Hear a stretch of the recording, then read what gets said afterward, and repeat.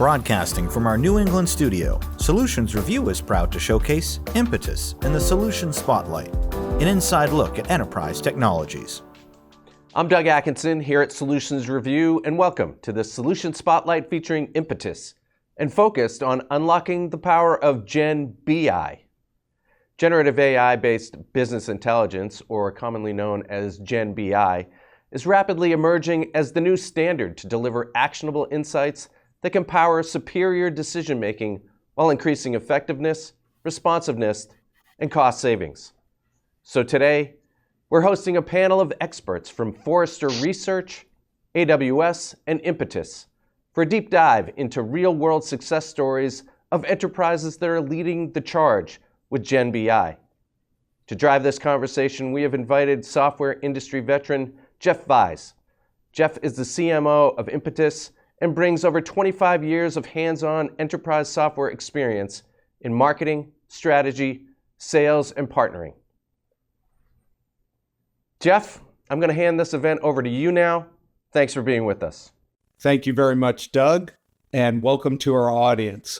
I think you're going to find that this is a fascinating discussion. We have some real luminaries in the industry around this new exciting area of GenBI.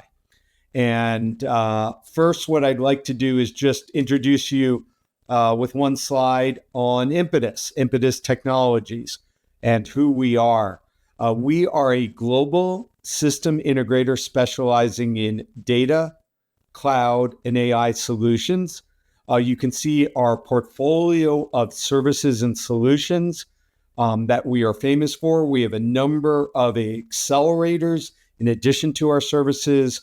One that is most prominent and well-known is Leap Logic, which provides data migration, BI migration, and other modernization acceleration services that we provide to industries including banking, healthcare, retail, and government sector.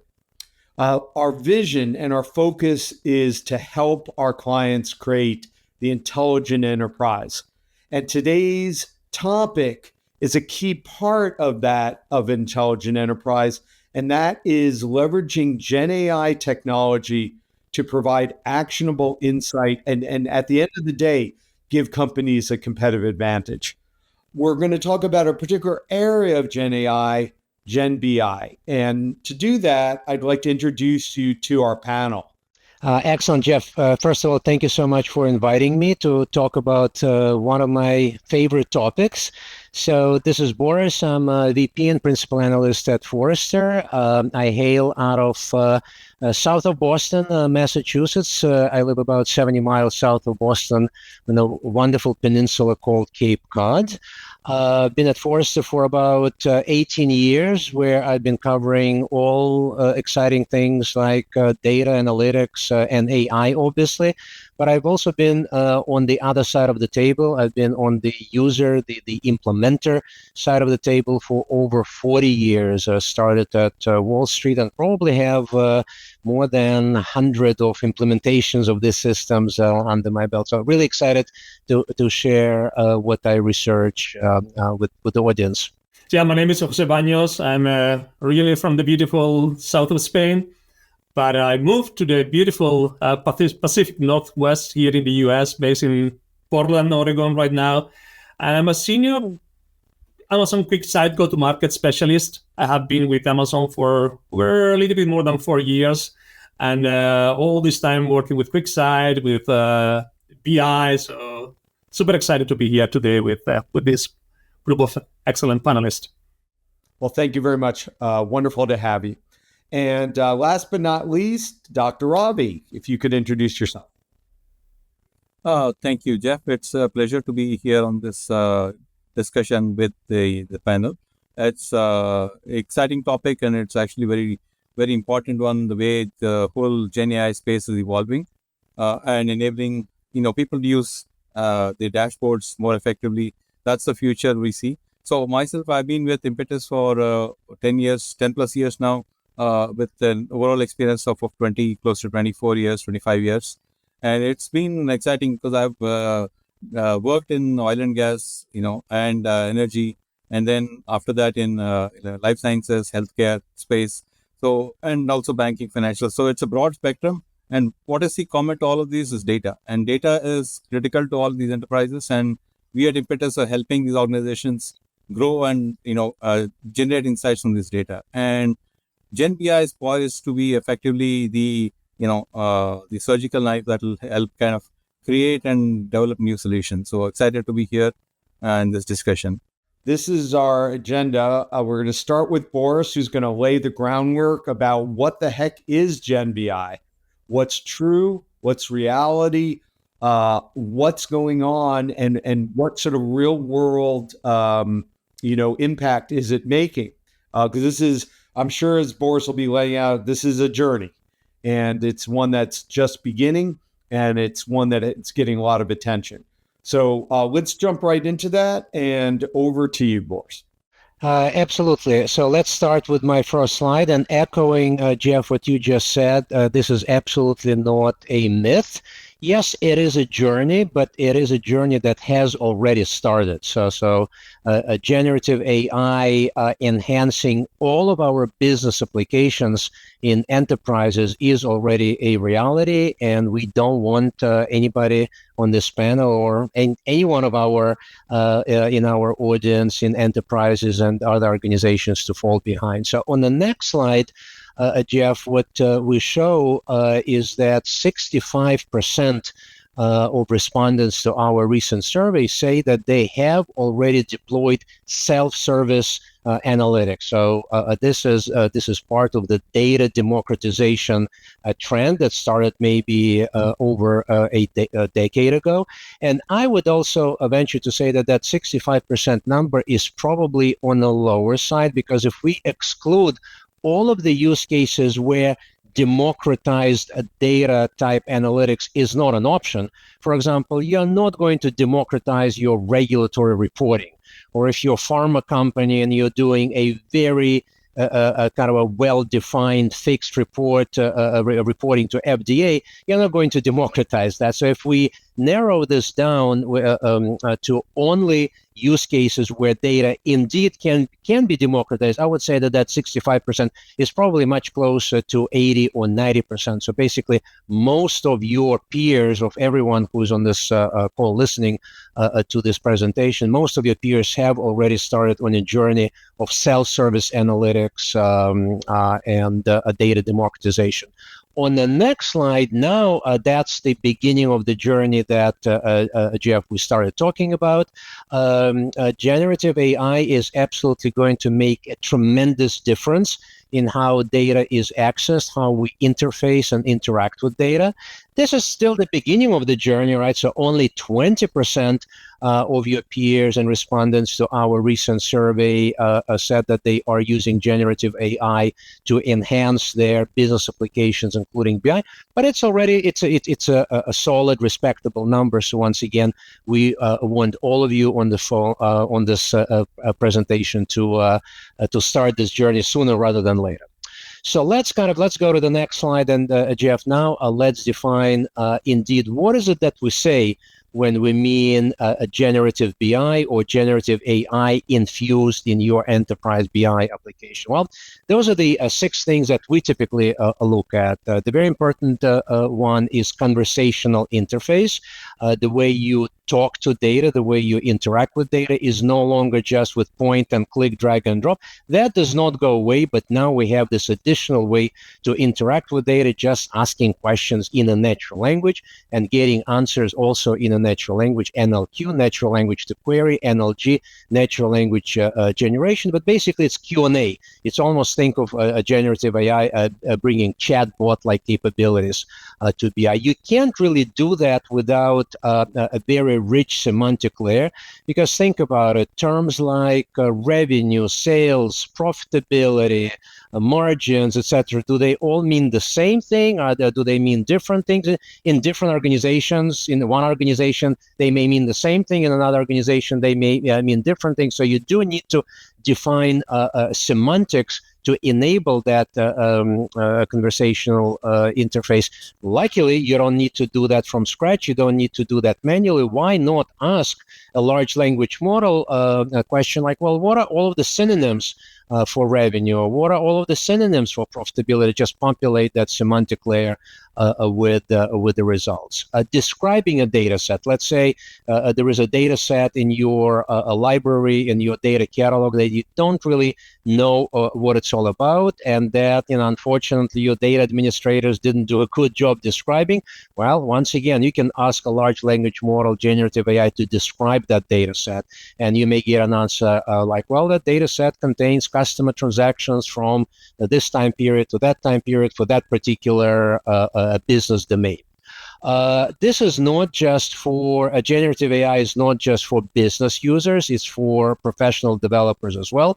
So you can use generative AI to generate code in BI. Let's say you need a calculated measure. You need to calculate that gross margin. Rather than writing SQL code, you can just ask a language model to generate that code for you. Business intelligence is no longer just about a structured data analysis. Again, thank you, generative AI, for your power of extracting things like topics, numbers, entities like people, places, events from any kind of a textual string or even images. Very useful in use cases like contact center conversations. You can now transcribe them, and you can extract meaning and summarize those topics.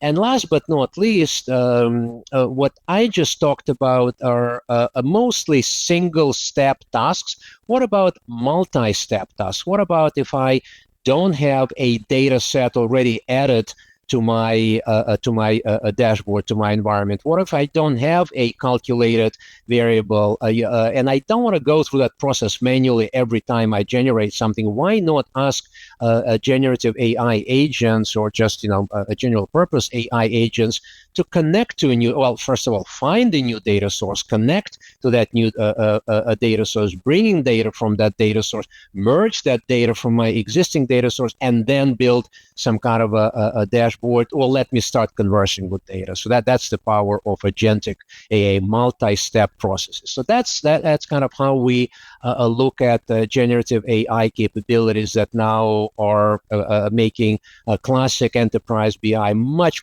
more powerful. On the next slide, Jeff, a kind of a quick peek at how we evaluate these solutions, because obviously some of you on the phone may be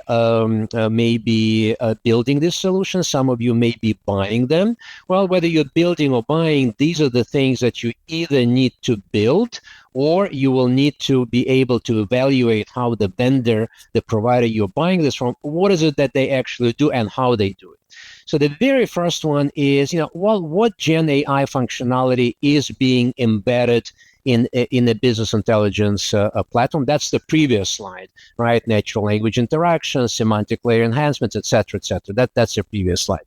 Next point, what kind of architecture is it based on? Is it based on one particular large language model from one particular vendor? Or is it, or can you pick and choose a large language model if you're working indeed with different providers? Could you potentially choose a different language model for a different capability? Maybe use one for semantic layer enhancement and a different one for a natural language interactions, because then cost and levels of accuracy and latency may be different for different language models.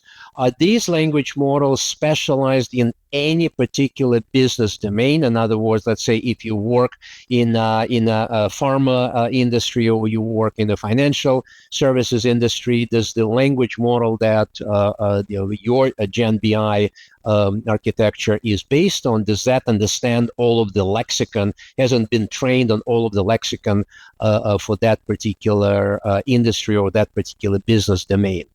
Next one, how does Gen AI know about your enterprise data? Because obviously, you're not going to send your enterprise data to a large language model, especially the one that's sitting outside of your a firewall. So are you going to be using techniques like vectorization? You're going to be using techniques like retrieval augmented generation. Are you going to be using techniques like prompt engineering? We'll talk about prompt engineering at length in a couple of minutes. So those are the questions that you need to ask either your builders of these solutions or a vendor that's providing a solution to you. Natural language to query, is it based on the data schema, raw data schema, or is it based on the semantic layer? The latter is a lot more accurate. Does it understand all of the nuances of a typical business question? Like if I ask a question, who were my top 5 customers? Is the system smart enough to come back to you and say, Boris, what did you mean by top 5? Did you mean top 5 by revenue? Did you mean top 5 by volume? And by the way, Boris, I know you're located in North America. Did you mean top 5 customers just in North America or globally, right? So, and by the way, is this natural language to query only being done in English, or is it also done in Spanish? Does it understand all other global languages? The reverse of that is natural language generation. So when you get an answer to your natural language to query question, is it a one-sentence answer? Is it a longer explanation, potentially? Not just an answer to your question, but it also goes into, and by the way, Boris, you didn't ask me about this, but the top influencers on the metric that you are asking about are XYZ. So we call this short-form natural language generation or long-form, kind of a longish explanations of what what the data means, or maybe it's even long multi-page data stories, right? The story of the data, what are all of the trends, the seasonality of the data, potential anomalies. So things you didn't, this is a great thing about AI, is that, classical BI, you would only get an answer to a question you asked. Well, what about all of the unknown unknowns, right? The questions that you should have asked, but you didn't. But all of the above doesn't work well unless you build guardrails. We'll talk about guardrails in a couple of minutes, so let's skip through that. But this is how we evaluate these solutions, and that's how we recommend you look at them. So on the next slide, Jeff, I'm going to go hopefully quickly. There's so much to talk about and never enough time. We'll go through 5 recommendations. The very first recommendation is that you definitely need to either build, or if you're buying a solution or a platform, you need to understand how these guardrails are formed and what is it that you do. The way that you interact with large language models and generative AI is literally just through a single prompt. That's the only thing large language models understand. You give it a prompt, you ask it a question, and it gives you an answer. So the input guardrail is your one and only chance to do things like, well, if you want to restrict somebody's access to a certain data set, that's where you do it. If you want to mask some of the PII, private information data, that's where you do it. If you want to change the question based on your enterprise semantic layer or your enterprise knowledge graph, this is your opportunity to do it. We call this a prompt engineering, very, very important capability. At the end of the day, even if you did your job right and you asked a very, very precise question in a secure way, at the end of the day, large language models are still probabilistic, so they'll still tell you what they think they're going to say. So now you also need to deal with output guardrails. So things like, moderate the content. What if the content is inappropriate? What if somebody said in a prompt, they said, delete all my data, right? Obviously, very toxic question. You want to block that, et cetera, et cetera. You want to, you also want to explain the lineage and transparency and explainability. How did the large language model arrive at the answers that it did arrive? So that's the very first recommendation. Spend as much time either verifying, confirming, or building and enhancing these guardrails. That's really, really critical. On the next slide, Jeff, we can move to the next slide. is the recommendation to invest in personalization. Traditionally, and I'm sure most of you on the phone still potentially segment all of your business, the audience of BI environment into either authors or consumers of data. We don't think the world today and going forward is that simple.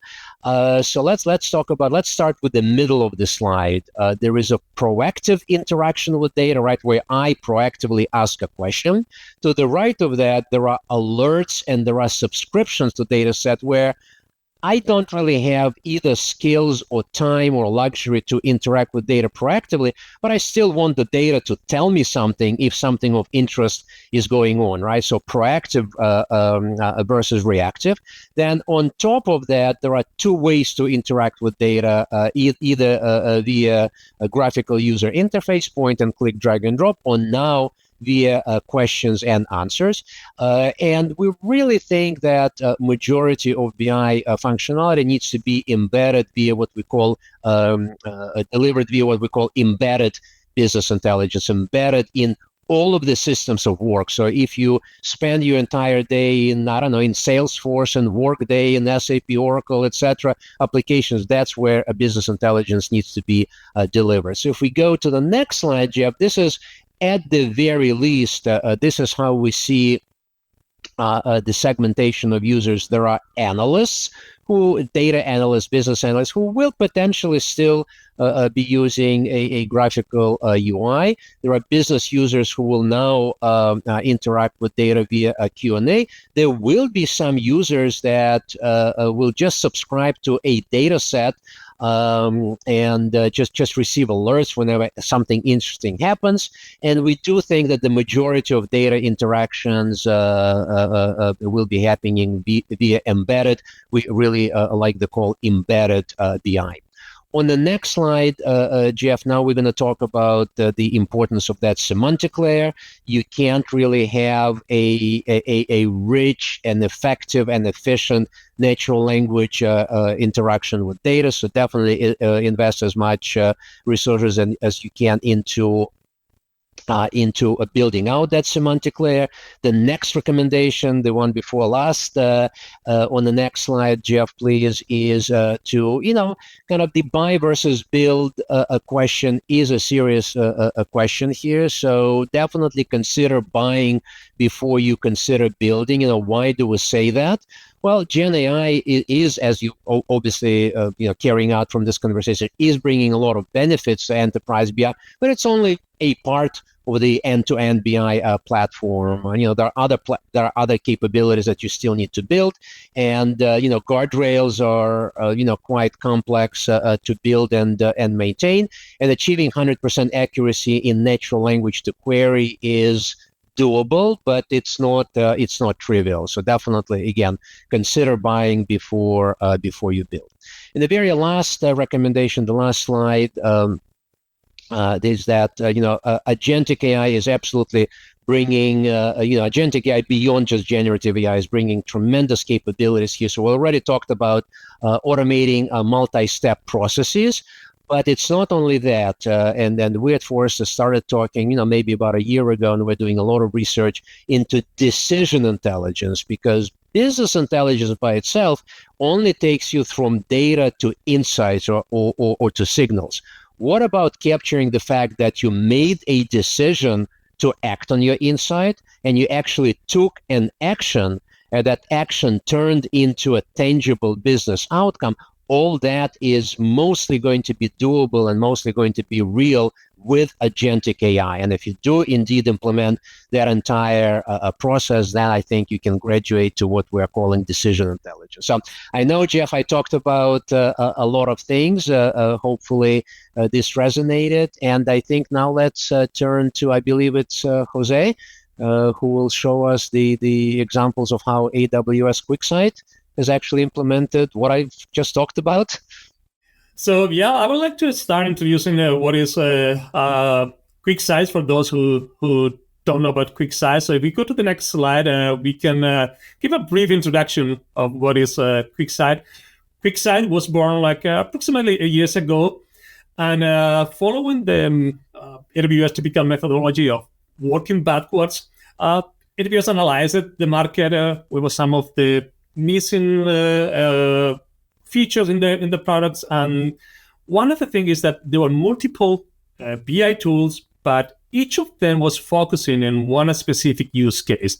So one of the ideas behind QuickSight was to have one single tool to cover all these use cases, like a enterprise dashboarding, using to create pixel perfect reporting, as Boris was mentioned before, embedding dashboard, because that's one of the needs of the market, embed dashboard into your application, into your websites.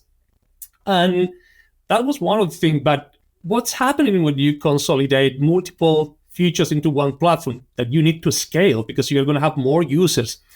And with QuickSight, you don't need to provision any type of servers when you are scaling in and out or deprovision servers. Everything is done by QuickSight, and you don't need to do, as I said, anything related to IT provisioning and so on. Simple model for charging. If you pay per user, you pay per session, basically only what you consume. And always keeping, of course, governance. Security is policy number one in AWS. You can create row-level security, column-level security, a data set, and anything that you create out of this data set is inheriting those row-level security or column-level securities. You can use folders. You can also create a multi-tenancy environment. Even for your authors, you can also create roles, so you can decide what each of them could access or not access in terms of data set. So based on that, we can move into the next slide and conclude with what is QuickSight, or what has been QuickSight done in the market. I've mentioned this idea of consolidating multiple use cases, these silos, into one single tool, but we cannot stop there. We need to continue innovating. We need to keep innovating so our customers can innovate to their end customers as well. And then customers are asking to us, yeah, it's great to get insights from structured data, but what about unstructured data?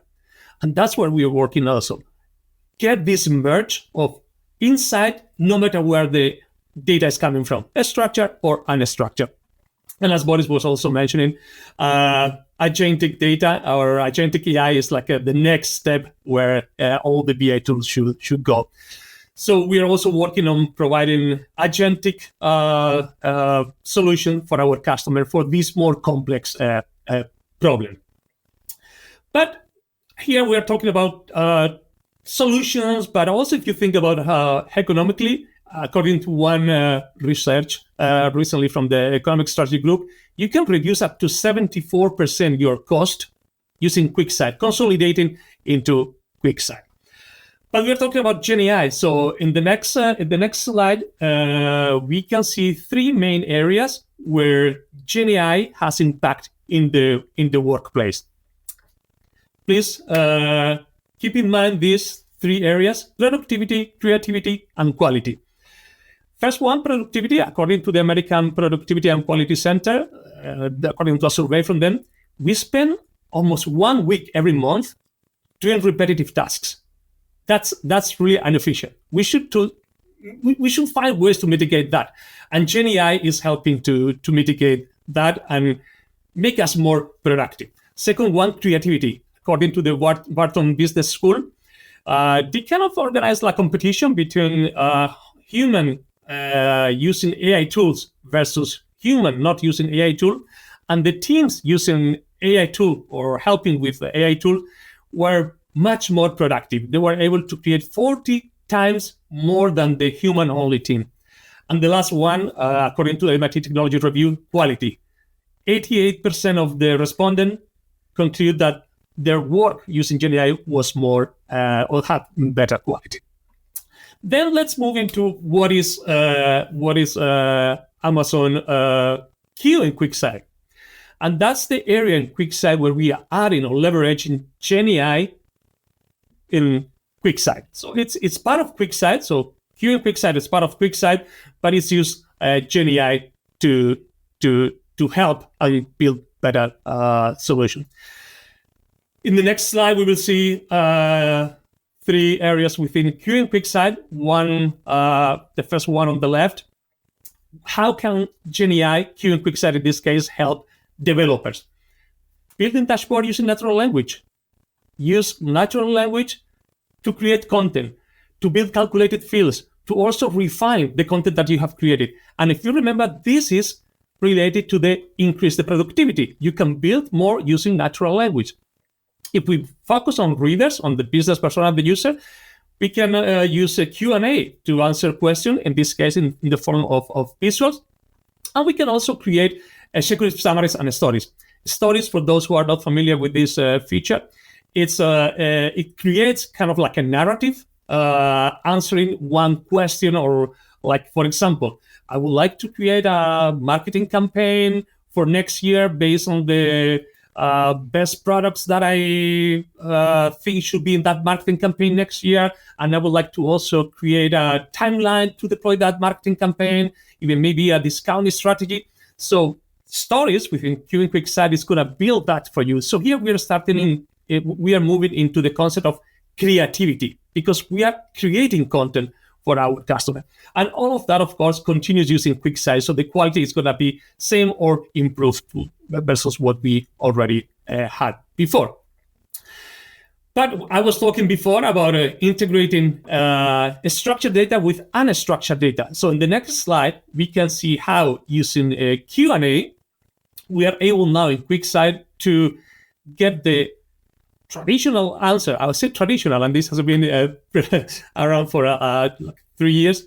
So when we ask a question like the bottom performing products, we will get the insight, the answer to that question using structured data. But if we want to give some context, we can now integrate QuickSight with Q Business to get insights from unstructured data, like documents, wiki pages, and so on. So the data, the insight that we are getting from the structure tables is enriched with this unstructured data, giving us this context that we might be missing only with structured data. And if we move to the next slide, we see that we have the same capabilities when we talk about stories. Remember what I talked before about the stories, building this marketing campaign? What we could do now, imagine that we are a retail company, online retail e-commerce. We probably ran some campaigns last year also, like maybe during for the Black Friday, for Mother's Day. So we could learn from those campaigns last year. We could enrich the story that we are building using the result that we have in our structured data from those campaigns, and using this know-how plus the metrics that we have, create this new story. But that's not all. We were talking before about a agentic or a agentic solution. So in the next slide, we can see how we can help this business persona for those questions more complex, where they're asking not only for an insight, for a metric, but maybe something like, okay, what will happen if I make these changes or this change in one of my metrics? What is the relationship with these different metrics? So through a step-by-step process of guidance, scenarios is going to help the business persona to be closer to what would be a data analyst. Because I could ask something like a more complex what if, like what would happen if I increase the price for this specific product 10%, how that will impact the entire chain of production, for example, how that will impact my end sales. So that's where scenarios is coming into the picture. And some example of customer using Q and QuickSight, we have BMW, for example, as we can see in the next slide, and they highlighted the increase in productivity, for example, as you can see here, because they moved from building dashboard in days to hours. And they were already expert building dashboard. It's not like they were beginners, but using natural language is definitely helping those personas. Creativity, as they highlighted here, stories present a clear picture of the business to board meetings. You don't need to go to a meeting, go through a dashboard, spend X amount of minutes of hour to understand everything. Story can create that summary for you, can create this clear whole picture of the situation. And with that, I would say, to conclude my session in the next slide, that keep these three areas that I have mentioned before. Productivity, think about natural language to help you in the productivity. When creating content, but also when you want to get insights, creativity, storytelling, and scenarios, because we are not anymore talking about unidirectional consumption in the dashboard. We are talking that the dashboards now are creating content. When I say dashboard, I would say the BI tool, QuickSight, it's creating content. And of course, keeping always the same quality that has been always the focus or one of the priorities in QuickSight. If you have more interest, I would recommend to scan this QR code, go to the QuickSight community, and if you want to try, you have 30 days free to try. With that, thank you so much, and I will hand it over to Ravi. With the BI specifically, we've been using BI for over 2 decades or more, and typically this has evolved with all the data sets and with the complexity of the data growing. The tools and everything around that has also the ecosystem has grown. And as you can see, there are challenges in traditional BI. Typically users are just waiting, especially non-business users who don't have the technical know-how, and they may wait on IT to help them set up the systems and make them access the data. And also any enterprise that's using these systems, people come in and create new dashboards or new SQL queries and so on and so forth, the backend, and they start building up, and that leads to duplication and a lot of unused reports that pile up, and that is a huge clutter which creates complexity and maintenance costs, right? So how do we overcome that? So that's a additional challenge, and typically this also means that the people who are actually involved in managing these tools are spending a lot of time maintaining them, and a lot of effort that goes into managing all of that systems and ensuring that they align with the data and keeping all of the data fresh and reports fresh and so forth. So there's a lot of overhead in terms of being able to keep everything up to date, because always there's pressure to track all the reports and latest trends and KPIs, as both Jose and Boris pointed out. And this is something that's very critical. You may want to know something is happening with your data and the outside trends that are shaping your specific industry. And you would be hard-pressed to find a way to turn that around very quickly with the current systems, because they are all fairly static. They are rigid in the sense that it's hard to make them work effectively in a very quick amount of time, because it takes people and means it takes expertise to create that. So there are a lot of challenges around this, and primarily the idea is to make this more reactive, and that's a challenge that's hard to overcome. But we are at an inflection point from that regard, and addressing all of these challenges with the rigidness, cost, time, static nature, and manual efforts that are required, which I've listed here, is where I think GenAI is poised really to transform the whole ecosystem. And on the next slide, I will start addressing some of these aspects here. As you can see, the traditional BI is now slowly giving way to GenBI, which is generative BI, which is BI or with the generative AI at the back end. And this is helping enterprises move from dashboards and managing all of that to actions. Like towards the end of his presentation, Boris talked about decision intelligence, and that's something that's very important, because how are actions going to drive your business to perform better? That agentic AI is definitely part of it. And typical GenBI features, they have reporting capabilities. Prompt engineering is very, very important for driving all of this, because that's what is driving the large language models. And accessing the data, which is very critical. So having the pipelines and all the engineering plumbing that needs to be done, so you're able to access the right data at the right time. And all of that is something that's critical. So you are able to answer the questions that business users and others are asking. And typically, non-business users have a way to create and SQL and quickly, and especially if they are experts at that. But how does that percolate, and how does that transform the organization? And that's a hard thing to do, and which is where a lot of specific enterprises are struggling, because it's not easy to kind of take this very niche expertise knowledge and convert it to a form that non-business users can drive the transformation. And business users are not experts in SQL. They may not understand the nuances of stored procedures and other things. So having a system that just responds in natural language is where that can really add value.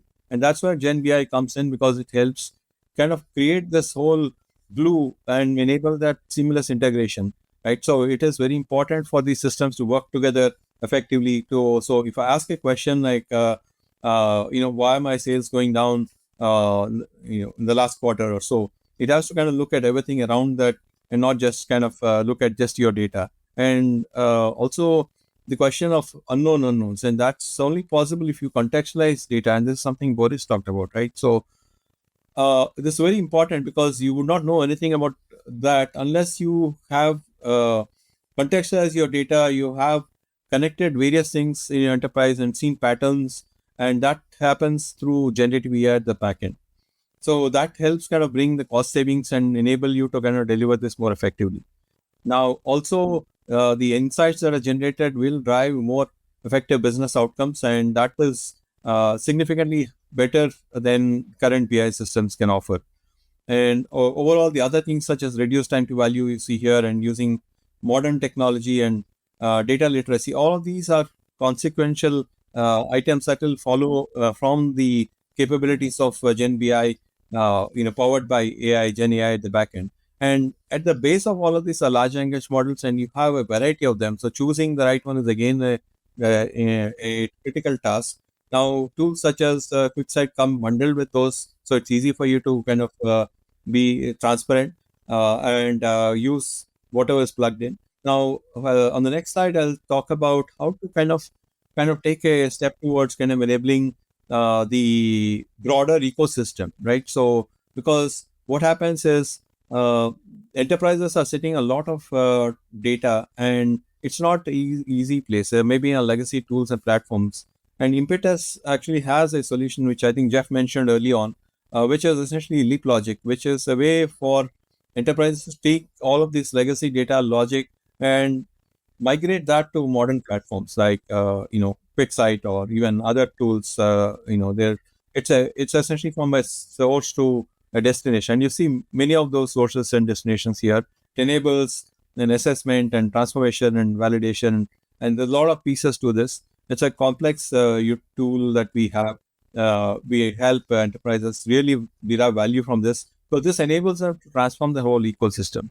And dashboards and migrating all of that is very, very key part of this, because this is how we are going to help customers, and we are helping customers today migrate from legacy platforms.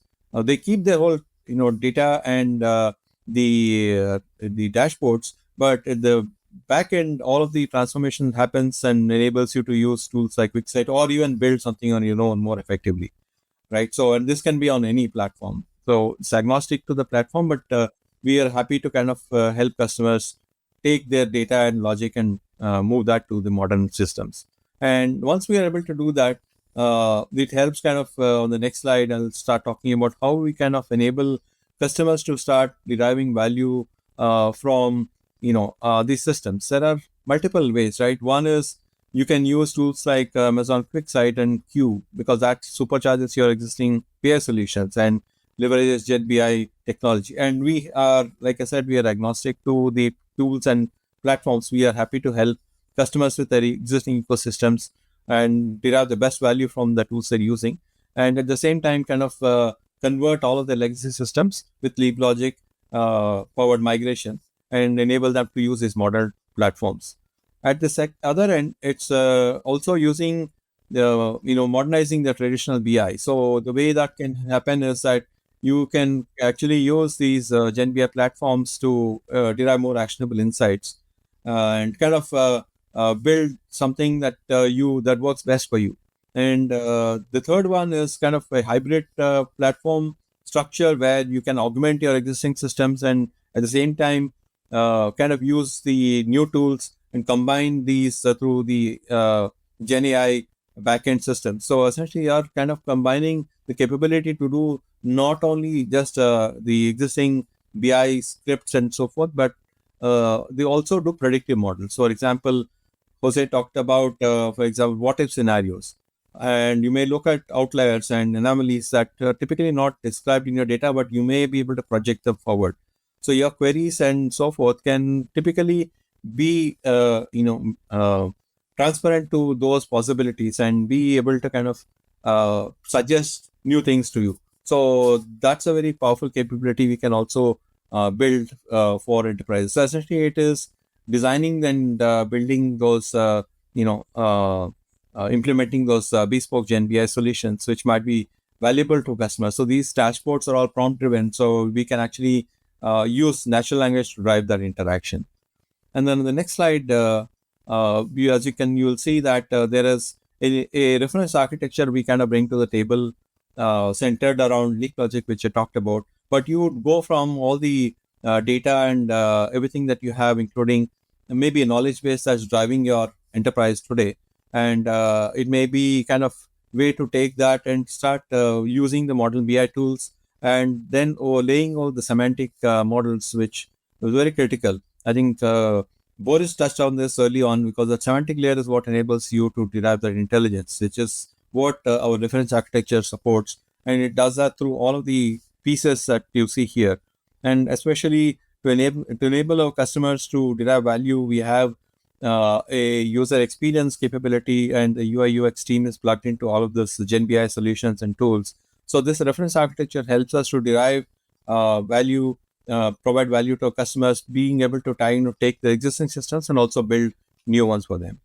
And on the next slide, I want to kind of touch upon the framework for these solutions that we have delivered and how we have helped our customers derive value. And here are some examples, right? So what we have done is European telecom leader for whom we essentially migrated from MicroStrategy and Tableau to QuickSight. And this is a very interesting scenario because the overall reduced technical debt almost by 25%.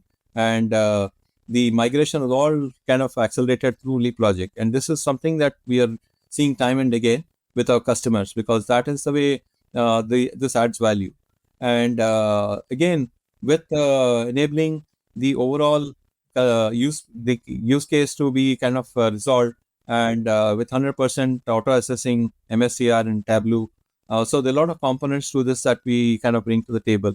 And lastly, for this customer, we enabled the real-time insights of Amazon Q. Partly that was all baked into the tool that comes with the QuickSight, and that enabled us to kind of derive these scalable GenAI dashboards, right? So this is something that's very important, as you can see, for customers. So with that, let me hand it back to Jeff. Thank you again for the time. I'm just going to open it up to the roundtable now. I'm sure you all are going to have 18 different things to say, but if I asked you for one thing, one anecdote of wisdom about how people should think about getting started, what's the first thing that comes to mind? And maybe I'll start with Boris. Pick the business domain, right? Don't try to boil the ocean. So don't try to enable this for the entire enterprise right away. Pick one business domain, one subject area.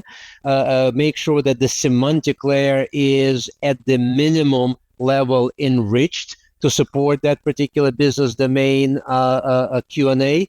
Pick at least several variety of user types. If you go back to my slide, so pick maybe a few data and business analysts who are more data savvy.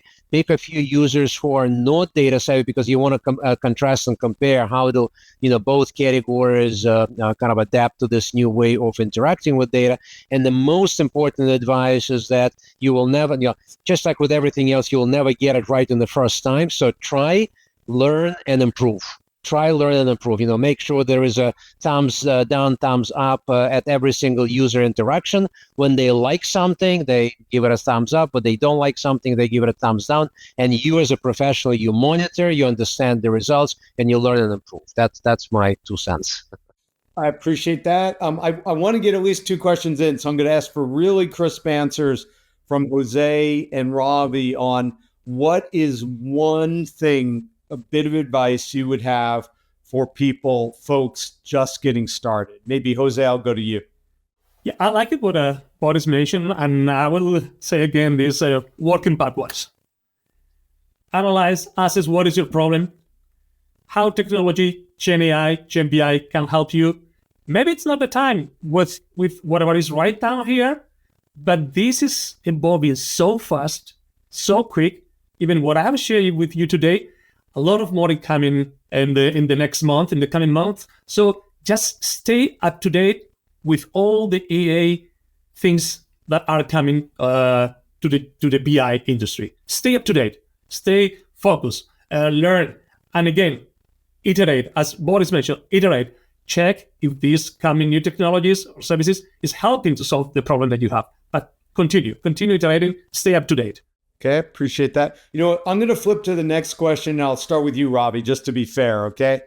What advice would you give of how should both technologists and business users think about this new animal in the zoo, GenBI? Very good question, Jeff. So there are 2 points to this I can think of, and one is interaction between these different kind of users, because typically they are unaware of the complexity of each of their worlds. In their own world, they have a lot of complexity, and they think the other person's job might be easier. Now, obviously, how does GenBI kind of help bridge this connect?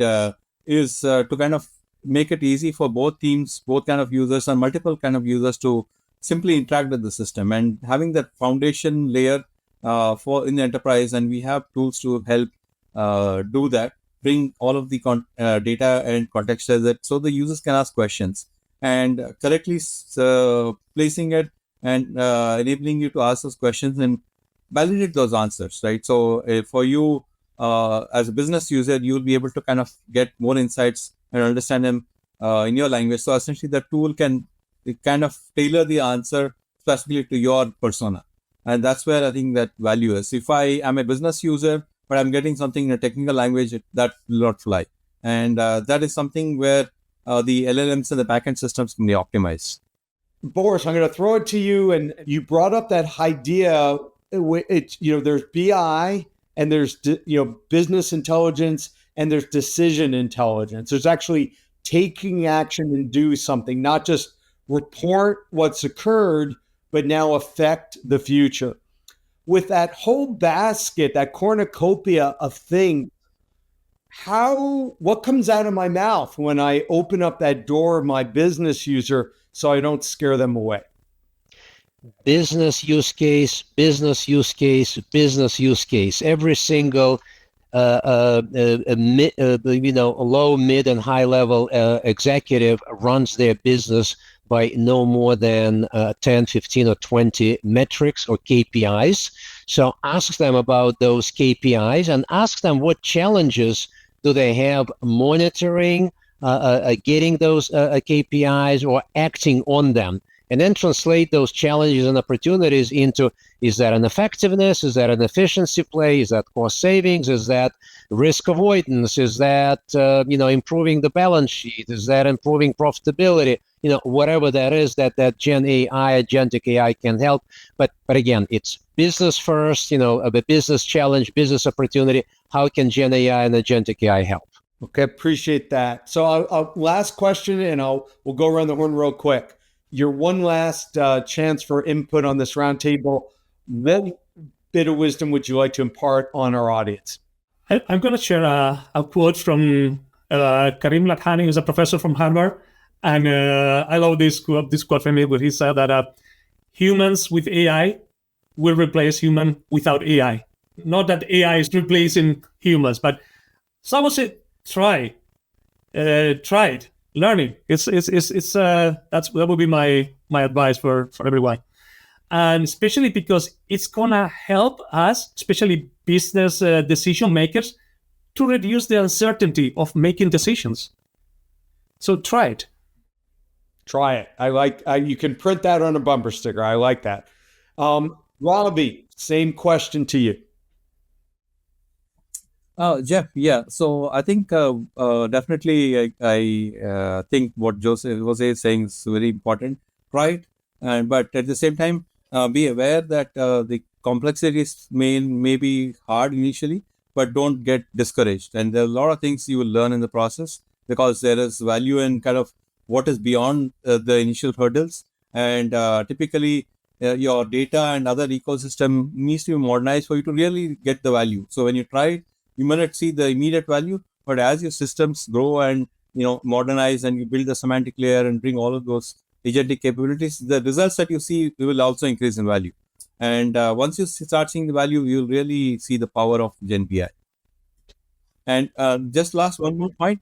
Today's LLMs and the GenAI that's powering all of GenBI today, they're based on LLMs, right? So which are primarily transformer-based models, and they're generating one token at a time. If you imagine, if I slow time down, they're almost like one token at a time. Though you can speed it up with all the engineering at the back end, but there's new technologies and new LLMs that are being created which can kind of generate things more faster, and that will transform BI even more. Yeah, we're in the first inning of the match, and one thing that is a given is change. So it's get on the train now, or maybe you missed the train. So we're going to close it out with Boris, my esteemed colleague. I have to bow before the superior intelligence of my esteemed colleagues here. I can't say anything new, so I'm going to end with stitching what we all said together into one sentence. So you absolutely must try this today, otherwise you will fall behind. But as you're trying it, only do it via baby steps because it's very complex in a large enterprise. So build in a learn and improve cycle. Appreciate that. This is not instant oatmeal, right? It's going to be a full meal, and you want to go into it with that kind of mindset. Well, listen, I want to thank every one of our panelists. I feel like we've scratched the surface, but the combination of seeing real technology in action, hearing from one of the leading thought leaders around GenBI, and then also hearing what are real customers doing and what they have been doing, and how that's making a difference. It's gotten me excited about this space. I think it is fair to say that we are at that very, very special moment where an inflection point is coming, and it's going to be a massive opportunity for the industry and the world, and it's something to embrace and learn about because the opportunity is right there. And it's really about seize it, get started, and then good things will come. So thank you very much, and I'll turn it back to Doug to just wind it all up and leave our audience with some final thoughts. Well, thanks, Jeff. That was a great discussion, lots of information. We appreciate the time. Well, there you have it, another solution in our spotlight.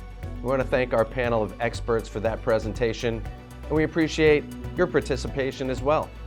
Until next time, I'm Doug Atkinson here at Solutions Review. Thanks for watching. If your business would like to be featured in a future event, contact us today.